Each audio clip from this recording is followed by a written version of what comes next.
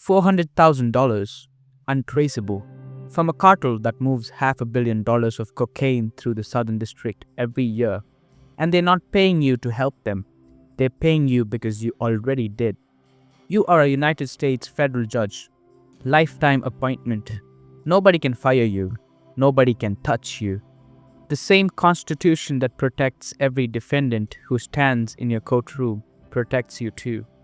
This is how you got here. Level 1. The appointment. You spent 22 years earning this. Law school at Georgetown. 8 years as an assistant U.S. attorney where you won 94% of your cases and never once cut a corner that anyone could see. 4 years as a state court judge where you were known for being tough but fair, which in judicial circles mean you sentenced hard and got reversed rarely. You built a reputation the way you built a house, one brick at a time, in public where everyone could watch. The appointment comes through a senator you've known for 15 years. It's a federal district court seat. Lifetime tenure. Article 3 of the Constitution. Nobody can touch you once you're confirmed unless you do something so catastrophic and so visible that Congress decides to spend the political capital on impeachment, which they almost never do. The Senate confirmation hearing lasts 2 days. You answer questions about judicial philosophy and precedent and your own record. You are careful and measured and precise. You say nothing that can be used against you. This is the skill you've been practicing your whole career. You are confirmed 67 to 33. You take the oath with your left hand on a Bible and your right hand in the air, and you mean every word. You meant it for about 4 years. Level 2, the first envelope. It doesn't start with an envelope. That's not how it starts. It starts with lunch. A developer named Richard Solano, major donor, knows the right people. He's not threatening you. He's not even asking for anything yet. He just wants to talk. You eat your steak. He talks about a contract dispute that might land in federal court. You listen. Nothing illegal happens. 6 months later, the case lands on your docket and you recuse yourself. You're still clean, still careful. He calls to thank you for the recusal. Uses the word integrity. The word lands in a way you notice but don't examine. The second lunch is different. He has a federal fraud case involving a construction company he has a silent interest in. He needs it to go away. Not dramatically, not with a dismissal that draws attention. Just procedurally. Discovery disputes, standing questions, technical obstacles that make prosecutors move on to fresher targets. He slides a card across a table with a number on it. 6 figures. You look at it for a long time. You go home. You don't sleep. By 3 a.m., you've talked yourself into it using an argument that sounds reasonable at 3 a.m. The case is weak anyway. The U.S. attorney is overreaching. You're not corrupting justice. You're calibrating it. This is the lie that all of it is built on. You call him in the morning. Level 3. The system. You never touch cash directly. That's amateur. The money moves through a consulting firm Solano controls. The firm pays a shell company your brother-in-law set up in Delaware. The shell company pays you a retainer for advisory services that don't exist. On paper, you're a legal consultant. In reality, you're a sitting federal judge taking payments to manipulate your own courtroom. The fraud case dies in discovery. You issue a series of rulings that cut the government's evidence. The lead prosecutor files a motion questioning your impartiality.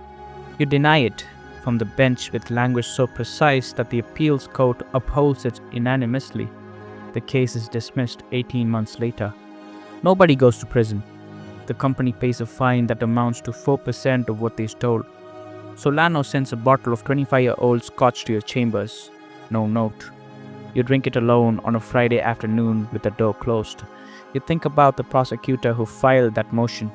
Young woman, maybe 32, who worked that case for 2 years, who believed in it. You pour another glass. You stop thinking about her. Level 4. The network.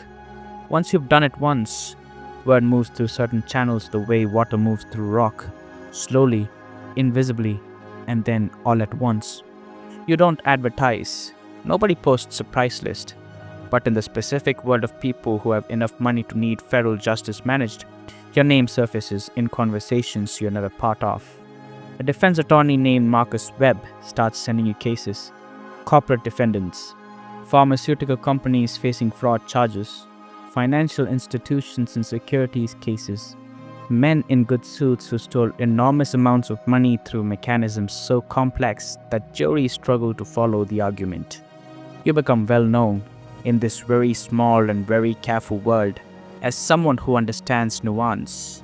The payments come through speaking fees at conferences you barely attend, board positions at foundations that do nothing, a real estate investment that somehow always beats the market.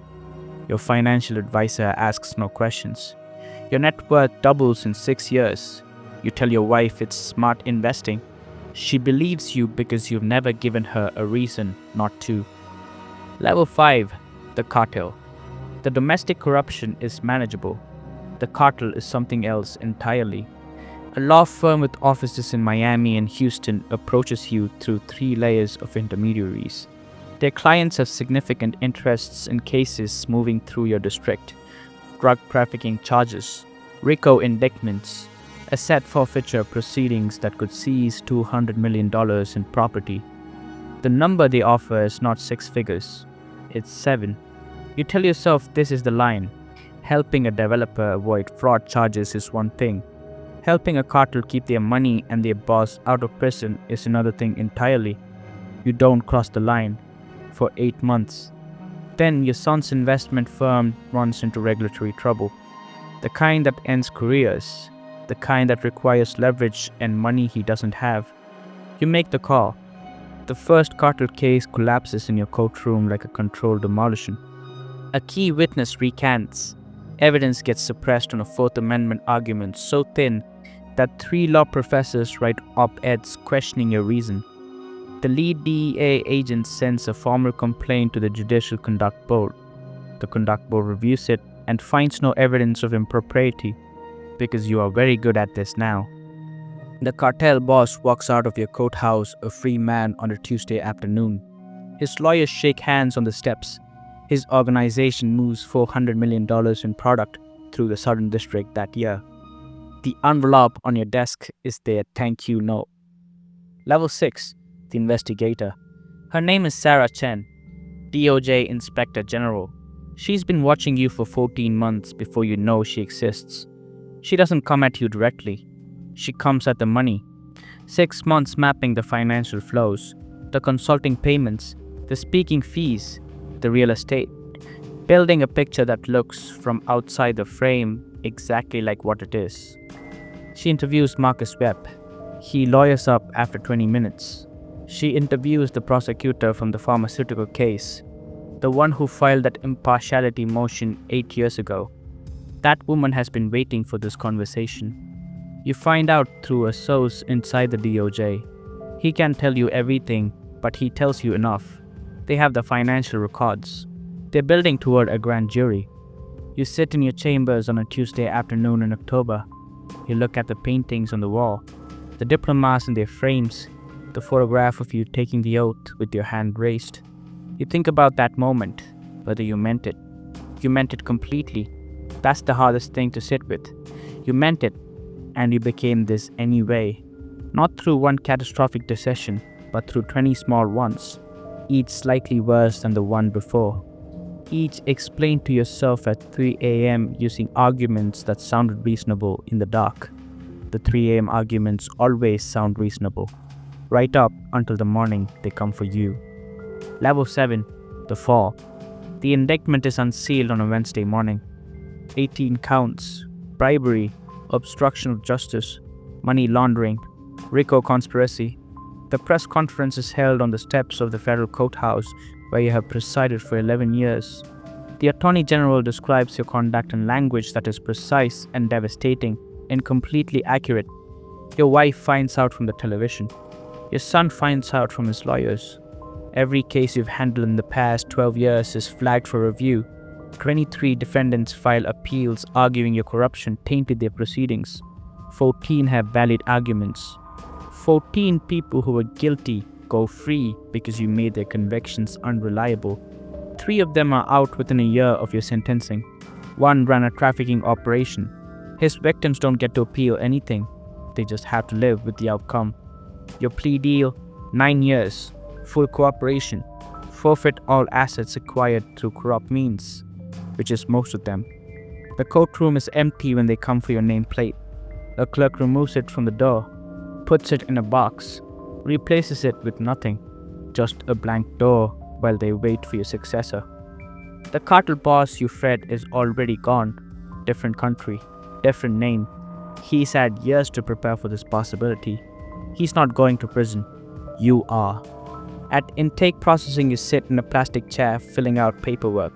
The same kind of chair defendant sat in your courtroom for 11 years, wearing the same kind of clothes, going through the same process. You took the oath with your hand in the air. Then you spent 12 years deciding you were the exception, that the rules applying to everyone who stood before you didn't apply to you, that the system could absorb what you were taking from it. It absorbed it, but not without the cost. And the cost wasn't paid by you. Since 1989, 15 sitting federal judges have been impeached or resigned under threat of impeachment. Federal judges are among the least prosecuted public officials in the United States. The cartel boss in this story is based on a composite of real cases. The judge is too. The bench is only as clean as the person sitting on it.